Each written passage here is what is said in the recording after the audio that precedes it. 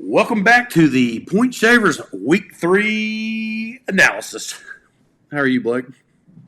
Man, I'm excited for week 3. Lots of exciting games, lots of close spreads. Yeah, Should be fun. I'm Lloyd, by the way, and this is Blake. I am Blake. By Yes. the way, we are amateurs who have high winning ratios, and that's why we do this show. We're not there for the Vegas insiders. We're here for the common man. The common man. If you consider yourself a common man, you are in the right spot. That's right. All right, so let's go ahead and get this thing started. So Blake, week 1. Let me pull this up here. Week 1, first game of the week. We got New England versus New Jersey Jets versus New Jersey Jets. See what I did there? Who is the only team that's in New York, Lloyd? Oh, yeah, Buffalo Bills. Maybe you've heard of them. They're friends. That's right. So versus. Anyway, take it away, Blake. What do we got? Yeah, so this is a interesting Thursday game with a couple teams that have been up and down this season. The line started at -7 for the Jets. It's since moved to -6. The total started at 40.5, and we're down to 38.5 on this. Geno Smith torched the New England secondary last week to the tune of more than 300 yards. I'm seeing a lot of connection between Aaron Rodgers and Garrett Wilson here. However, I think 6 is too many points. I think this is going to be a tighter game. Jacoby Brissett has shown the ability to move that offense a little bit. OJ Mayo is a great coach, and I like Ramondre Stevens to get 16 to 20 carries here. I think they're going to grind the game out. I like New England getting the 6 points on the road, and I'm going to take the under of 38.5. I also agree with that. Jacoby Brissett, apparently he can play football, which I was not a believer. Just listening to the last 2 weeks, I called them snoozers twice, I believe. That hey, they're 2-0, so something's got to give here. And to be honest, I take New England with the 6 points, and I'm also taking the under. I don't believe they're real dynamic, but that's where we stand with that. Yeah, so the Point Shavers pick for the week on this Thursday night game, you're going to take New England plus the 6 and take the under 38.5. All right. So next we have New England, Cleveland. The line started at 6.5. Cleveland was getting -6.5, and so It's New York Giants at Cleveland. who'd I say? New England. Oh, my bad. I got them confused because neither one of them are in New York. Yeah, that's right. Yeah, that's New Jersey Giants. Everybody, we all know. But they're playing Cleveland, and it's in Cleveland. And honestly, I think that Cleveland, Deshaun Watson's not necessarily the guy, but I'm still taking Cleveland. They still got a defense, and they're playing the New Jersey Giants, and I just don't think the Giants have a chance. I'm taking Cleveland in the -6, and because they're not real dynamic either, I'm taking the under at 38.5. Yeah, I agree with you about Deshaun Watson. I don't think he is the guy that they thought he was going to be. But watching the game last week, I did see some kind of plays that look like, okay, Deshaun Watson does still have it in him a little bit. I'm actually leaning toward the Giants plus 6.5. But for the sake of the Point Shavers, I do agree. We're going to go take Cleveland, give it up to 6.5 at home. And I also like the under on the 38.5. Yeah, I think so. I believe that also. Next, we have Green Bay, Tennessee. So that opened up at -3.5, and it moved to it opened up at 1.5, and it moved to Green Bay getting +1.5. Wait, is this the crazy move that totally flip-flopped? Yes. Honestly, I mean, for the first time that I can recall in my life. Doesn't mean it doesn't happen often. I'm 45 years old. I'm not a 30-year sports bettor, but this is one of the first times I recall where the line shifted from positive. Right, and it's not like a quarterback got injured in the middle of this week or anything like that. So the line moved just based on betting activity. And I've got some sites that opened it up at Tennessee getting 4 points, and now they're giving up 1.5. So that's a wild swing to me. Yeah, and if you look at the total as well, it opened at 44.5, and it's down to 38. So a lot of movement on this one. It's kind of a wild game to pick here. Well, honestly, What do you think? I wish they had kept the 44.5 because even at 37.5, I'm taking the under. 44 would have been an extra cushion, I feel like. I feel like maybe whoever handicapped this game, after they were proud of their work that day, they're like, yeah, guys, this isn't going to work. So they've adjusted it, totally flip flop this whole thing. In this particular scenario, I'm actually taking Green Bay in the points plus the 1.5, and I'm taking the under. I'm sorry, I'm taking the over 37.5. Yes, I'm taking the over that's right. 37.5. That's right. I agree completely. After the first week, I was really impressed with Tennessee's defense. Watching them last week, less impressed. I think Malik Willis moved the ball really well for Green Bay. They got Josh Jacobs, a really good running back. I think they'll be able to move the ball against Tennessee. Will Levis is a walking turnover. He really enjoys throwing the ball to the other team. I think Green Bay gets some good field position and put some points on the board. I will also take Green Bay plus the 1.5 and over 37.5 on this one. So point shavers agree here. Take Green Bay in the points and take the over 37.5. All right. So next is Chicago, Indianapolis. That particular game, it opened at 2, but it currently sets at 1. Right. That's where we have it. So in this particular one, my opinion, Chicago versus Indianapolis in Indianapolis.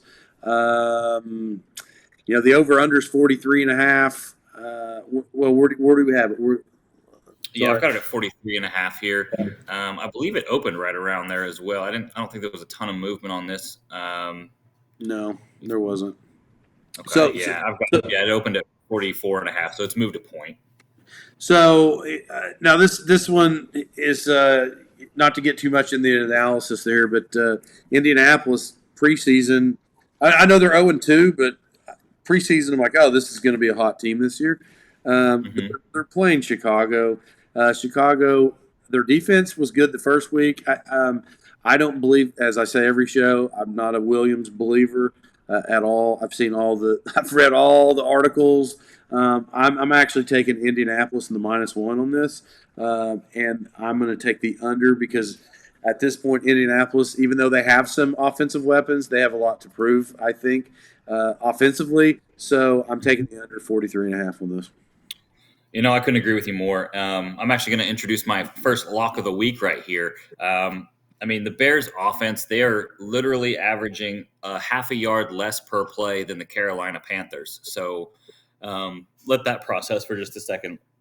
Their yards per play is the worst in the NFL right now.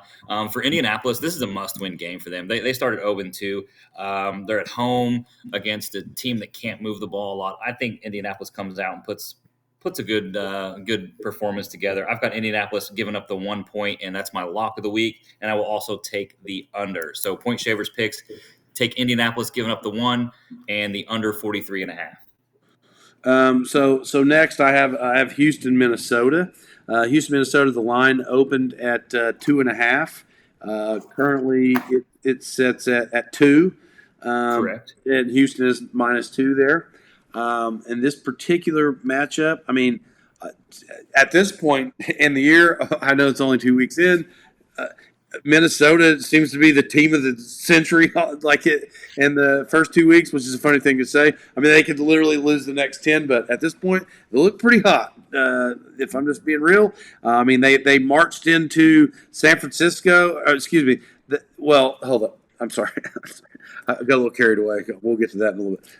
They went to Detroit and beat Detroit preseason, one of the top teams, I think. I think the world thought that. And then last week, they just beat the Giants, the terrible Giants, but they look pretty good. And we keep talking about Sam Darnold looking like he maybe new system, new coach. Maybe he's a new guy. I don't know. What's your thoughts? I don't know. It's wild, man.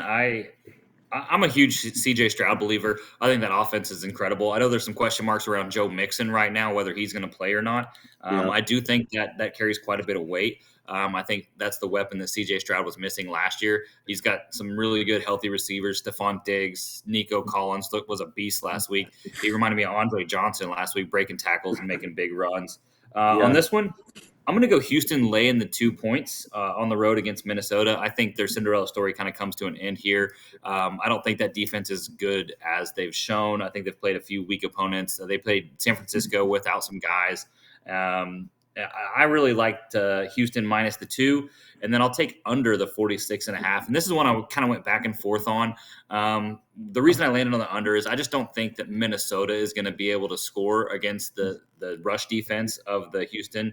And that leads me to my prop lock of the week here. I've got Aaron Jones under 54.5 yards. I feel pretty strongly about this one. Take it to the bank. Aaron Jones will be under 54 yards. So a couple things here. I know that they have Jefferson. I realize there's some offensive talent here, but actually Aaron Jones is questionable. Doesn't mean he won't play, but I'm saying that these guys kind of got banged up. Aaron Jones is questionable. Joe Mixon is questionable. Justin Jefferson is questionable. So you have these major guys questionable. Nico Collins right now questionable. Do they all play this week? Probably. They probably do, but they're banged up a little. And so in this particular matchup, I took Houston in the -2, and I'm taking the under at 46.5. Okay. So point shavers lock. Go ahead and take Houston laying the 2 points on the road and take under 46.5. Yeah, next one is Philadelphia, New Orleans. Another, for me, like just this wild thing that apparently New Orleans, who did I just brag up, act like, oh, Minnesota? No. I acted like they were world beaters. Completely not true. At this point, in the first 2 weeks, the surprise team, at this point, only 2 weeks in, hands down New Orleans. Yeah, who did they play last week again? They beat up somebody really bad. I don't remember who it was though. It was one of those teams where the preseason hype says they win the Super Bowl every year. It was one of those teams somewhere in Texas, not the Texans. It was bad. It was real bad. And as a matter of fact, we don't want to mention fantasy. It's not a fantasy show, but I had Dallas in their defense because they were really good the first week. They were good last year. In Dallas, got annihilated. I don't know if Jerry Jones watched the end of the game, to be honest. I did not watch the end of the game. As a Cowboys fan, I just turned on Red Zone because I couldn't watch it anymore. Well, it was bad. Get off. Well, so anyway, so here we are, New Orleans. So the line on this particular one, let me find it there. Yeah, this one moved quite a bit. Before New Orleans destroyed Dallas, they were actually getting 2.5 points at home. The Eagles kind of, gave away the game at the end on the Monday Night Football game, and New Orleans actually given up 2.5 points right here. So huge swing. Initially, I kind of thought, this is great value to get the Eagles getting points on the road in a game that had last week gone a different way. I would definitely be taking the Eagles plus 2.5 on this. But I'm starting to believe in Derek Carr. I'm starting to believe in Clint Kubiak, the new offensive coordinator over there. And I'm going to take New Orleans minus the 2.5. And I think there's going to be some points scored here. I'm going to go over the total of 49.5. So, it started at 48. It went up only a point. New Orleans may score 50 on their own. They looked great. Phil's defense did not look that good against Kirk Cousins. They made him look like Tom Brady in his prime. So I'm going New Orleans minus 2.5 and over the 49.5. Well, what makes me laugh is I'm a Derek Carr believer. How many times has that been uttered by anybody? I think it might be the first time it's ever happened. Well, there was a time there in Houston early on where you're like, he's pretty good, but the rest of his career, I don't know if I'd take it that far yet.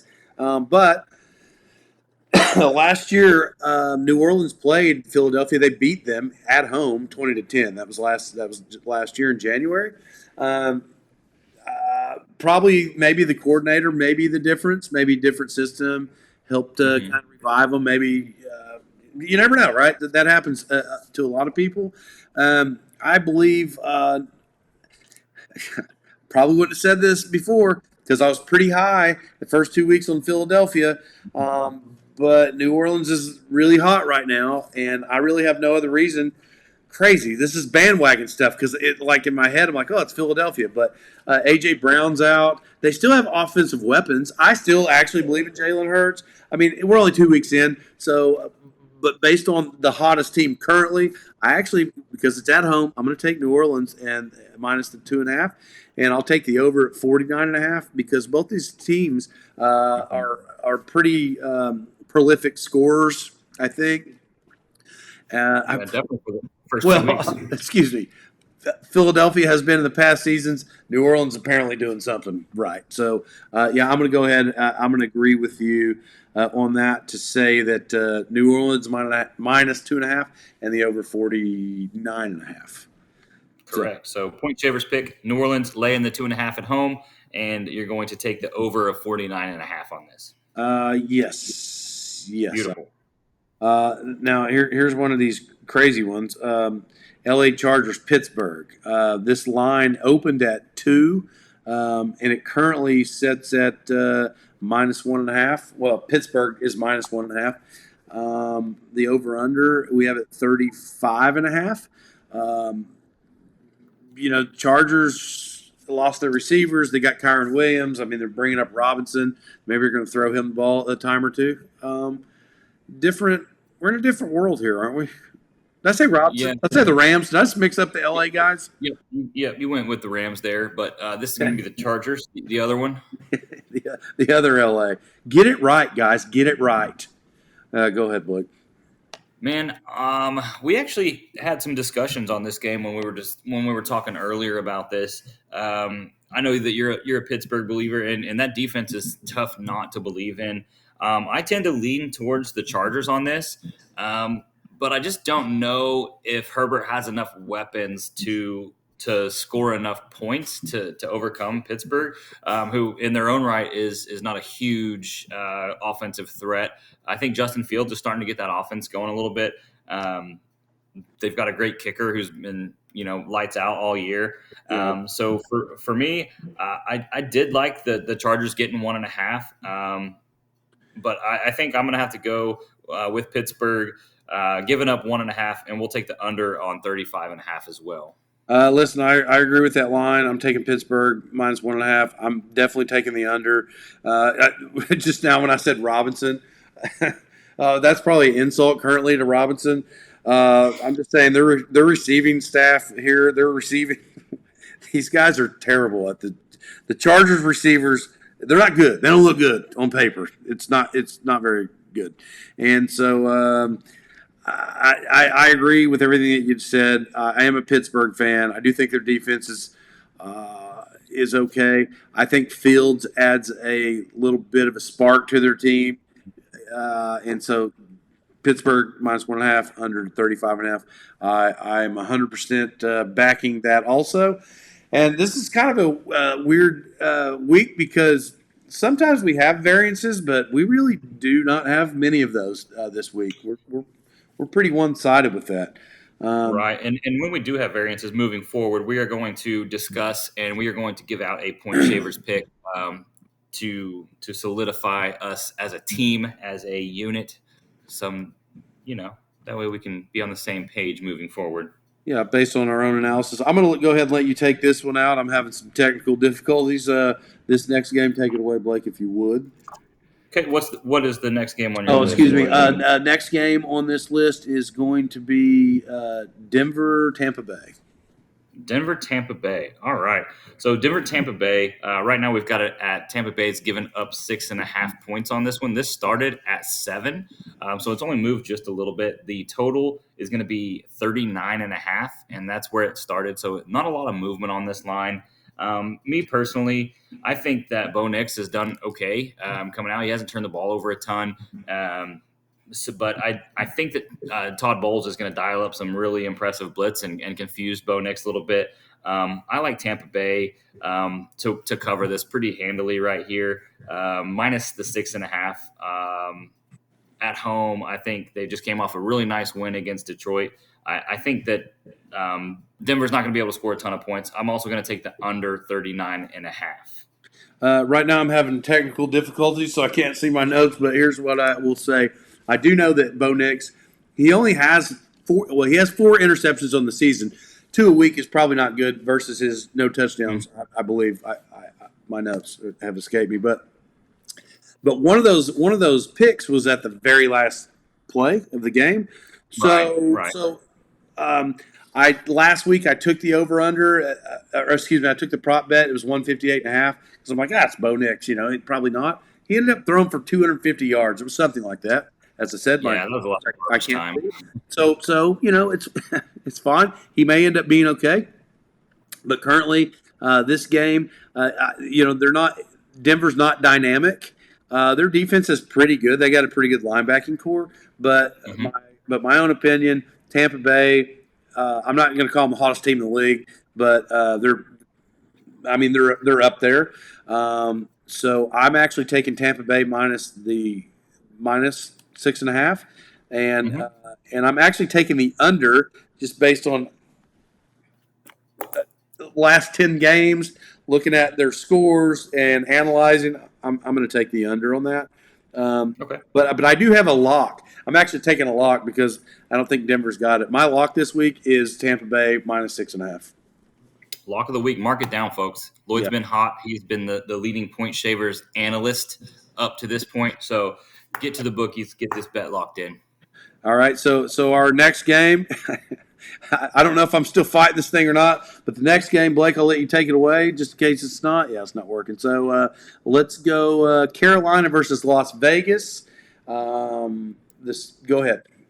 All right, man. So Carolina and the Fighting Andy Daltons are going to be getting 5 points on the road at Vegas. This line actually opened up at 7 when Bryce Young was still presumed to be the starter. Once they've announced that he's getting benched and Andy Dalton's going to be taking over, it actually moved to -5.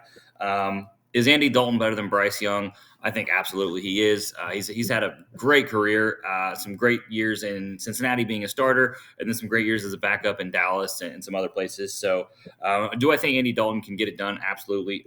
Do I think he will this week? No, I do not. Max Crosby is really a great defensive lineman, and I think he's going to cause havoc in the Carolina backfield. I don't think they've got the weapons. They've got Deontay Johnson out there. They got Chuba Hubbard that can run the football, but just not good enough to get past that Raider defense. So I'm going to go with Vegas, laying the 5 points at home, and I'm going to take the under 39.5 here. So as you said, Las Vegas -5, and then the under 39.5. As I'm looking at this, I mean, everybody, listen, the world knows you don't have to know anything about NFL. You don't have to even analyze anything. Carolina is absolutely terrible. They're terrible. And as I had said previous on the recap, Gardner Minshew is like he's throwing 77% right now, and he's one of the top. It's only 2 weeks in, but stats wise, is one of the top quarterbacks in 2 weeks in the league, and his percentage is really good. It's unbelievable, 77%. If he could keep that up, I mean, it'd be a big year for Gardner Minshew. He doesn't have a lot of yards per pass, but I'm just saying Carolina. There's no way they keep up with this thing. Just really quick going over it. Andy Dalton. He does add a bit of intrigue. Let's just go. Joe Flacco came out of nowhere last year, veteran. Because here's what I don't know. When you're a veteran and you've already been written off and you don't have anything to lose, there's really no there's no.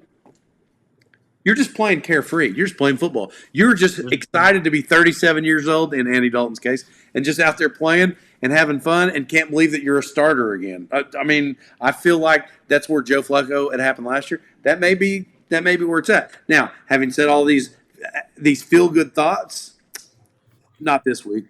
No. Carolina's going to get beat. We agree with everything. Which Las Vegas, I'm taking them with the -5 and the under 39.5. So next game after that, we have Miami Seattle, which crazy thoughts would have never.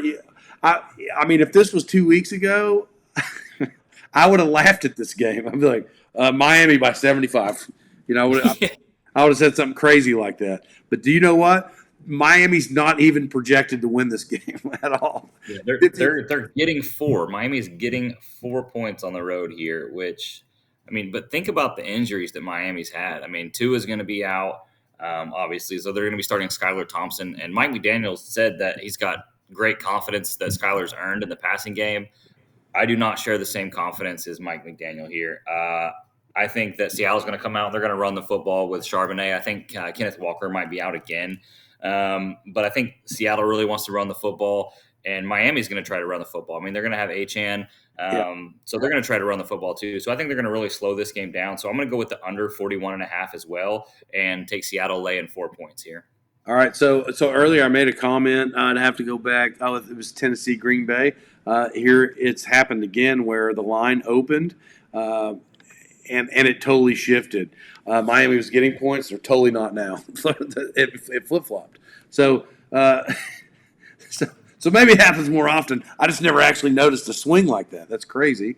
Well, this one is because Tua got hurt. The line came out before Tua got hurt. And so, yeah, it was minus 2.5 before. So it swung a full touchdown. That's wild. DK Metcalf is questionable. Kenneth Walker, questionable. Did you read analysis on that? I have a question. Is Kenneth Walker or Raheem Mostert, are they playing this week that you know of? From what I've heard, I don't think either will play this week. I think both of them are going to be out once again. Okay. As we're recording this is Wednesday evening, so both of these are Sunday games, so we've still got a lot of time for that to change. But the latest I've heard on both of those guys, Mostert would have a better chance to suit up than Kenneth Walker, but both of them are doubtful, in my opinion. All right, so here we go. I also took Seattle with the -4, and I'm taking the under. Miami last year could have scored 70 points in a game, which is crazy for the NFL.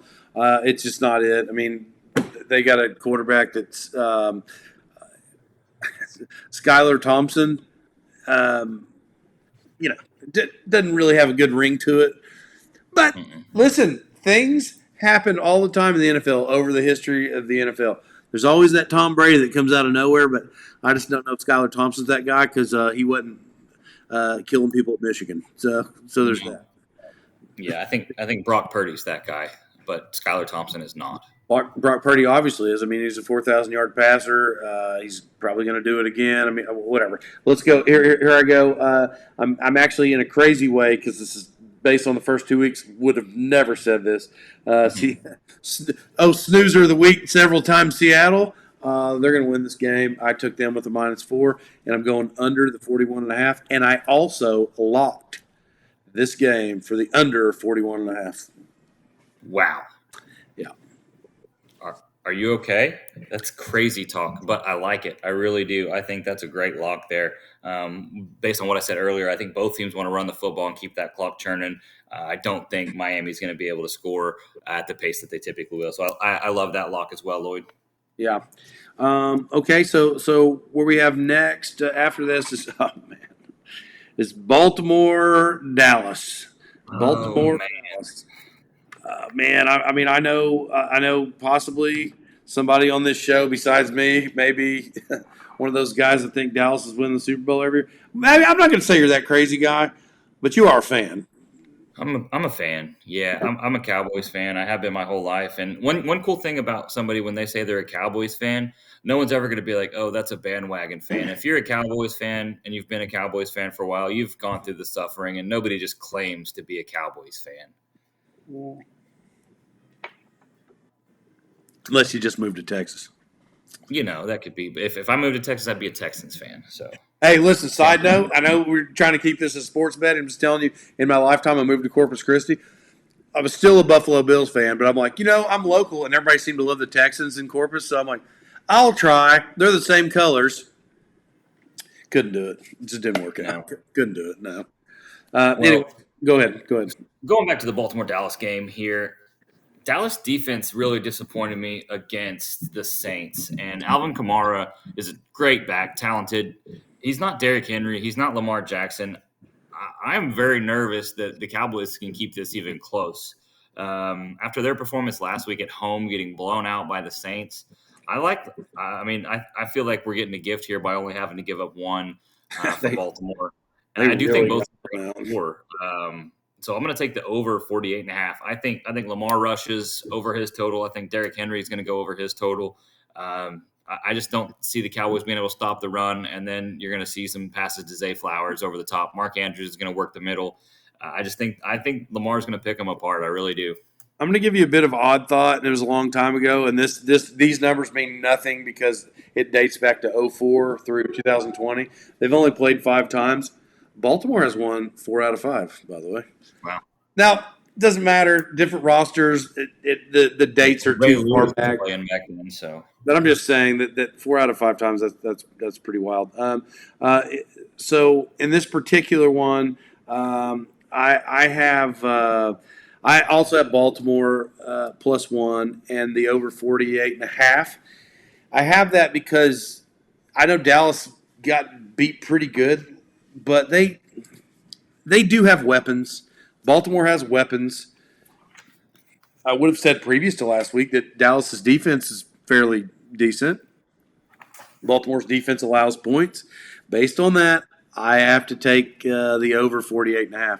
48.5 is kind of a lot of points when you're looking at an over in an NFL game, but I think this particular game has it. I think it goes over. And then my prop bet of the week was I believe that Lamar Jackson will go over the 214.5 passing yards. Okay. Obviously, I love that pick. Anytime you bet against my Cowboys, that makes me feel good. So I appreciate it. Yeah, that's how I do it. Point shaver pick on the Baltimore-Dallas game. Take Baltimore, lay in the 1, and over 48.5. All right, and so next we have San Francisco at the Rams. This particular, that's correct.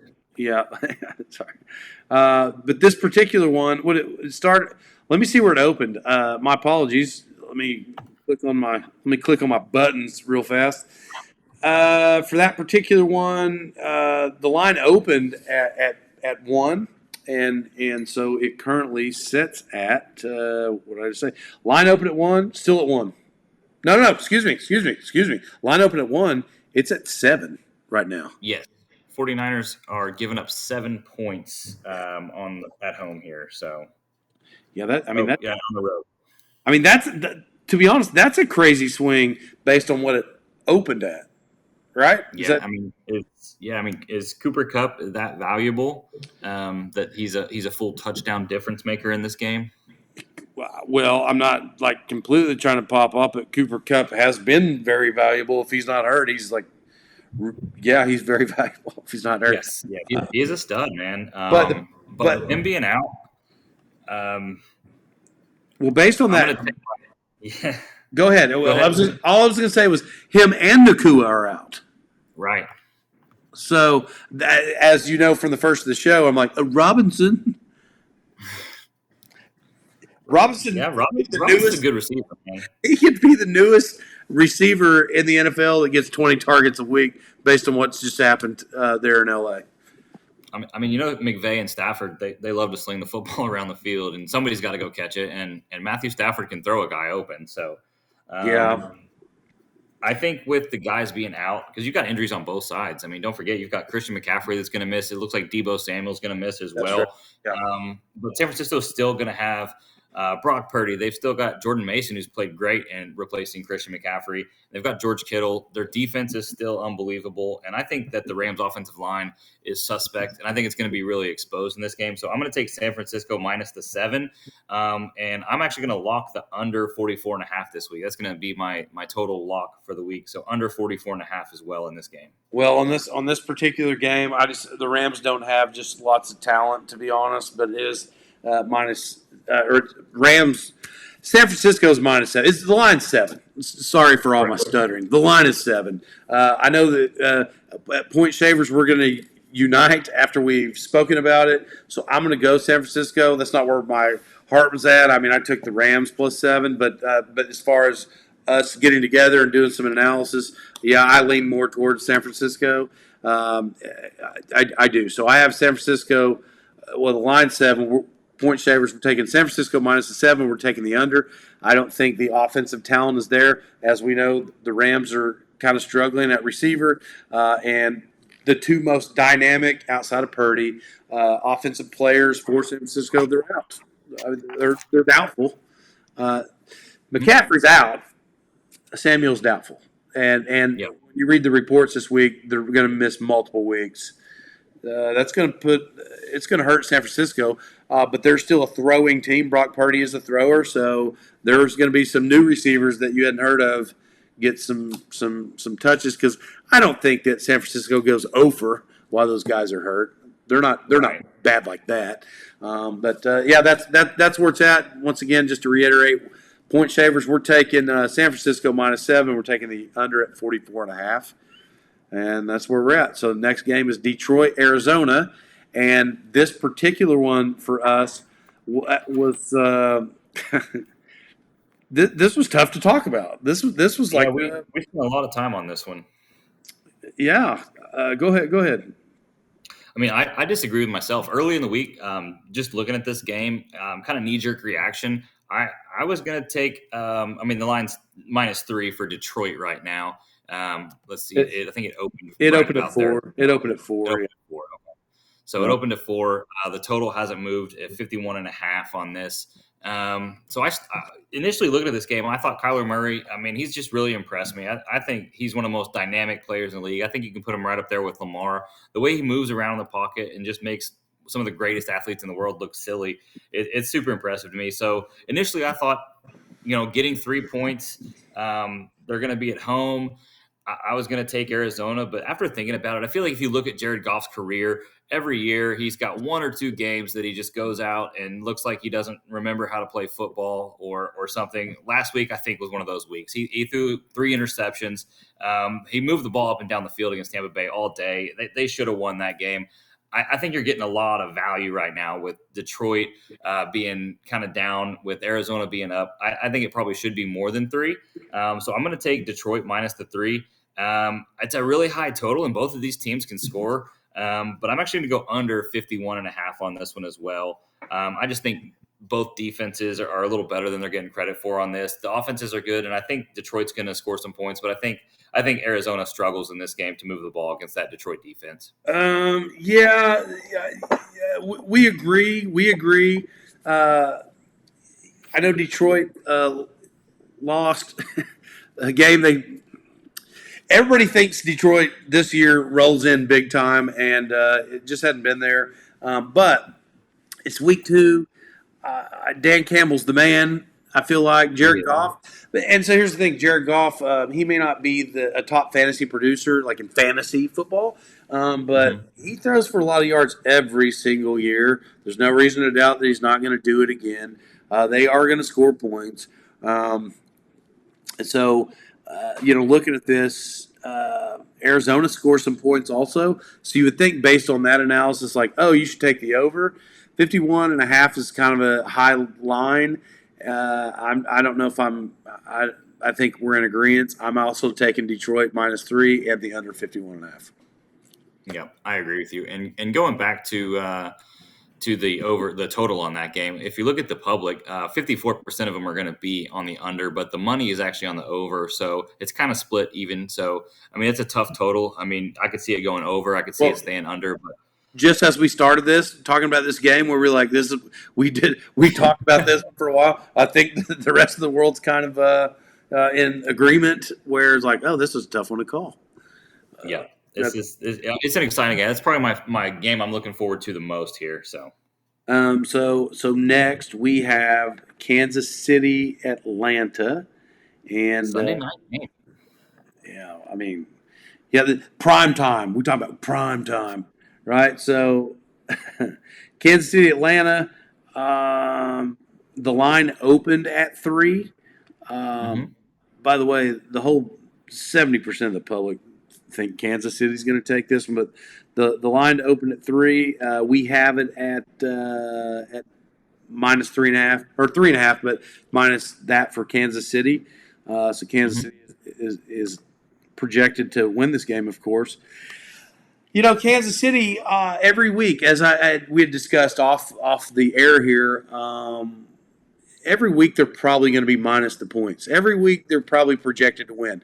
But just based on history, there's only one undefeated team ever. Somebody's got to lose sometime, but I don't know if Kansas City's going to be I don't know if they're going to get points this entire year. They're Super Bowl champs back-to-back. And got the same roster. Pacheco gets hurt, and then they're ultimately a passing team. I just don't think they're hurting. Go ahead. I don't disagree with you at all. I mean, I think one of the biggest reasons, and may get a lot of teenage girls get mad at me on this. I think Travis Kelce hasn't been the Travis Kelce of old. I mean, call it the Taylor Swift effect or not, but I don't think he's been the same player that he has been in the past. I think he's an amazing tight end. He's had a great career. I'm not, as you would say, popping off about the guy. I think he's a hell of a tight end. I think he's one of the best in the league. But in the first 2 weeks, he hasn't been there. And I don't think that Taylor Swift is the reason. I mean, everyone's getting older here, and people are kind of watching film on him. He's the guy that you have to stop when you play the Chiefs. Rashee Rice has been great. This is one that we kind of went back and forth on as well. I liked Atlanta initially, but talking to you, I mean, Mahomes is on the other side. They're going to be on the road.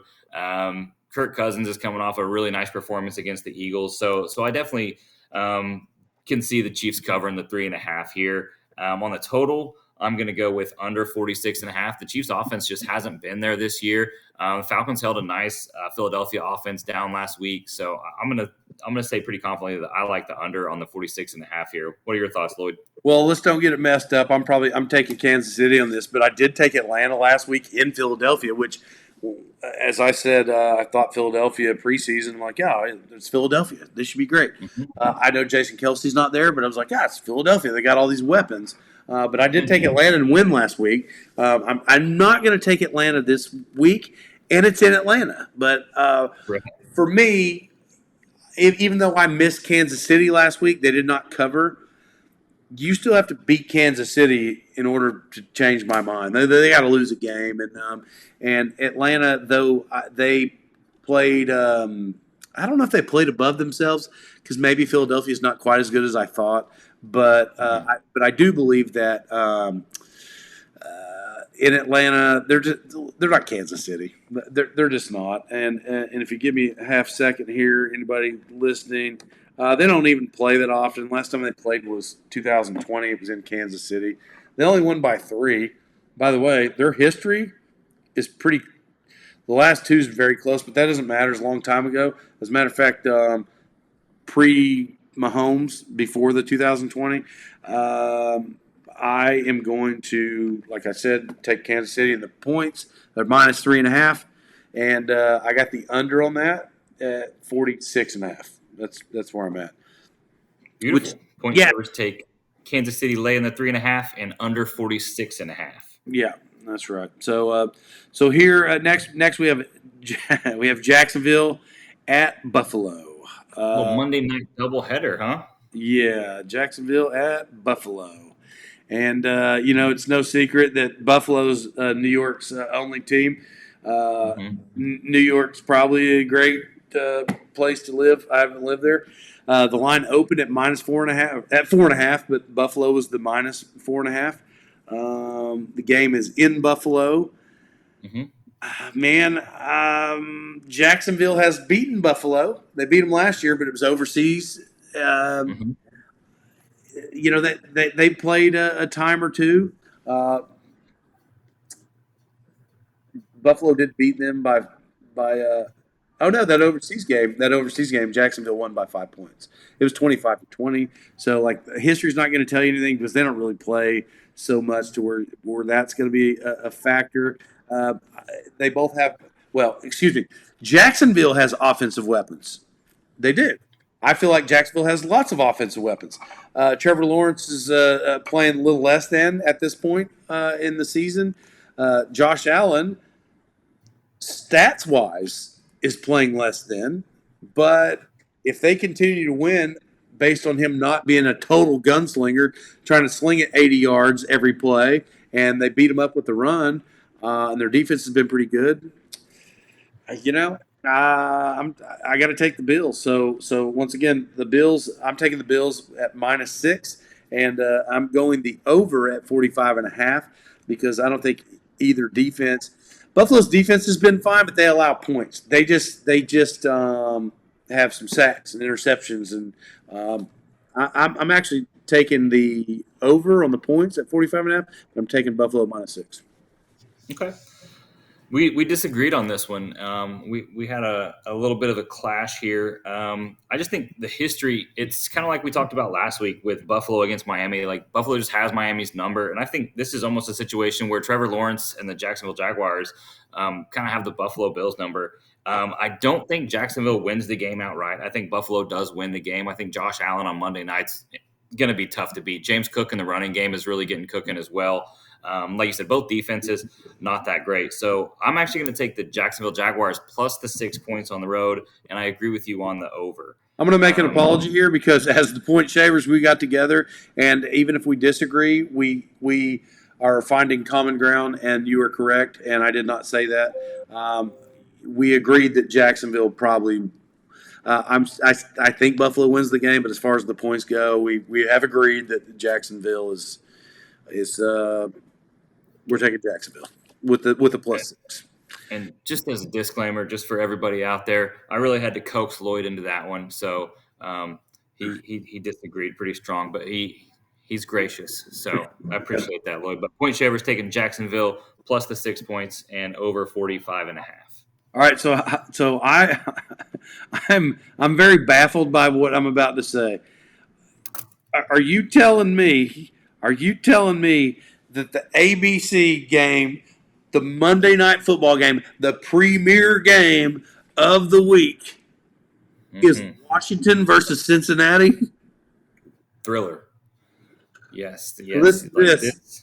There will be no editing, so you will not see anything at the bottom of the screen. We're doing something new. We're working it out. We've had technical issues, as I've said. This is the snoozer of the week for me.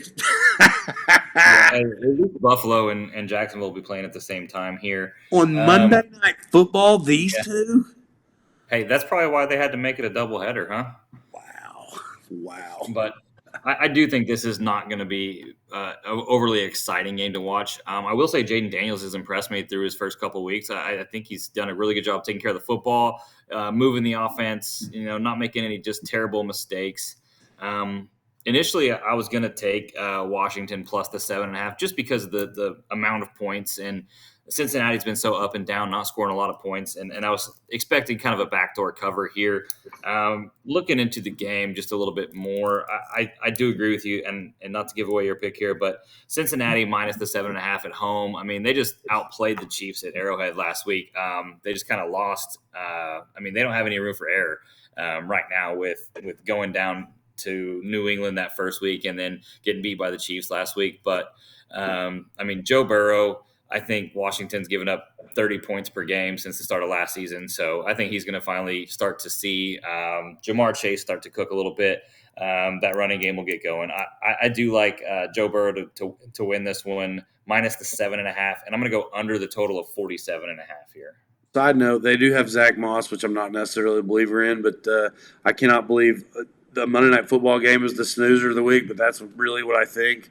This is going to be a terrible matchup. I think Cincinnati beats them by 7.5, but even though we had popped off about Washington, it's really their defense that's kind of suspect. Jaden Daniels has some pretty good some passing yards, a pretty good amount. I don't have it in front of me, so I can't tell you where he stands on the year. But what did he throw? 275 yards last week. Yeah, just shy of 300. Yeah, I think. So the guy can obviously pass. He's just not putting up any points, and he really doesn't have a defense to support him. I feel like Cincinnati, they do have weapons. I keep acting like I'm down on Joe Burrow, but as far as his career goes, if you followed him since college and early in the NFL, he is Joe Burrow. I mean, he may throw 350 yards, this game. You don't know. He's down right now, I feel like, but you don't know. I'm taking Cincinnati with the minus 7.5, and I'm also going the under. I don't think either team is dynamic. I'm calling it the snoozer. I believe it's going under 47.5. I do. Well, that's it for the week, man. Yeah. So that's it. We do this analysis so you don't have to. Anybody? What's that? For the common folk. That's right. Yeah, for the common man. We're not trying to give tips to the Vegas insiders, nor are they listening to us. So just for the common man. We're just common people doing common things with above average winning ratio.